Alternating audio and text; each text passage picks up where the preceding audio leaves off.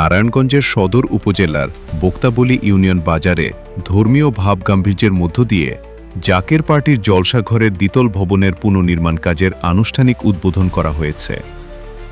রোববার 14 জুন সকালে মিলাদ ও দোয়া মাহফিলের মাধ্যমে এই নির্মাণ কাজের সূচনা করা হয়। বক্তাবলী ইউনিয়ন বাজারের ১ নম্বর গলির ১ নম্বর পজিশনে অবস্থিত এই জলসাঘরটির সংস্কার করে পুনরায় কার্যক্রমে সচল করার উদ্যোগ নিয়েছে স্থানীয় জাকের পার্টি।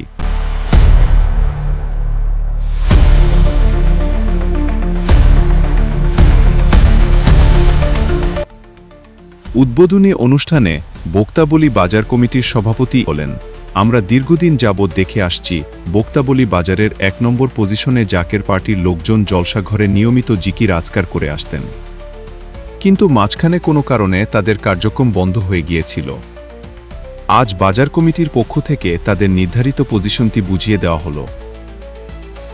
প্রায় তো ৪০-৫০ বছর হয়েছে বাজারটা উদ্বোধন হয়েছে। তো আমরা জানি এই জলসাঘরটা দীর্ঘদিন অনেক দিন অনেক বছর কার্যক্রম বন্ধ ছিল। যে কোনো মামলা হোক বা না হোক, এটা কার্যক্রমটা বন্ধ ছিল। তা আমরা আমাদের সহযোগিতা চাইছি, আমরা সহযোগিতা করছি এবং সামনের দিকে যাতে এই জলসাঘরই থাকে ইনশাআল্লাহ।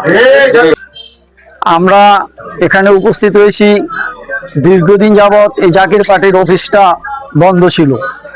কেন বন্ধ ছিল জানি না, এটা তাদের ব্যাপার। তো এই অফিসটা আজকে মাস ৩ ধরে চলবে, সচল করবে। সচল করার লগ্নে আজকে একটা প্রোগ্রাম হয়েছে। আজকে এটা উদ্বোধনের উপরে তারা কাজকাম করবে, তাদের পরিচালনা করবে। এই বাজার শুরু লগ্ন থেকে এটা জাকের পার্টির অফিস, জাকের পার্টির লোকজনের পরিচালনা করে আসছে, এতে আর কোনো সন্দেহ নাই। ২০০৩ সালে বাজার নির্বাচন হয়েছে, নির্বাচন কমিটির মধ্যে লিখিতভাবে তারা বাজার কমিটি ওই অফিসটা পাইছে, এতটুকু আমার জানা আছে। বক্তাবলী ইউনিয়ন জাকের পার্টির সভাপতি আলতাফ হোসেন বলেন, ১৯৭৯ সাল থেকে আমাদের পূর্বসূরীরা এই জলসাঘরে জাকের পার্টির কার্যক্রম চালিয়ে আসছিলেন, কিন্তু মাঝখানে দীর্ঘ বিরতির কারণে কাজ স্থগিত ছিল। আমরা দায়িত্ব নেওয়ার পর পুনরায় এই জলসাঘরটি সচল করার পরিকল্পনা করি। বিশ্বলি খাজা বাবা ফরিদপুরি কুদ্দুস সেহরুল আজিজ সাহেবের নামে আমরা যে পার্টিটা নিয়েছি, এই বক্তাবলী বাজারের প্রথম পজিশন, ১ নম্বর পজিশন, ১ নম্বর দোকান, ১ নম্বর গলি, সেটা দীর্ঘদিন আমরা কার্যক্রম চালাই আসতেছিলাম।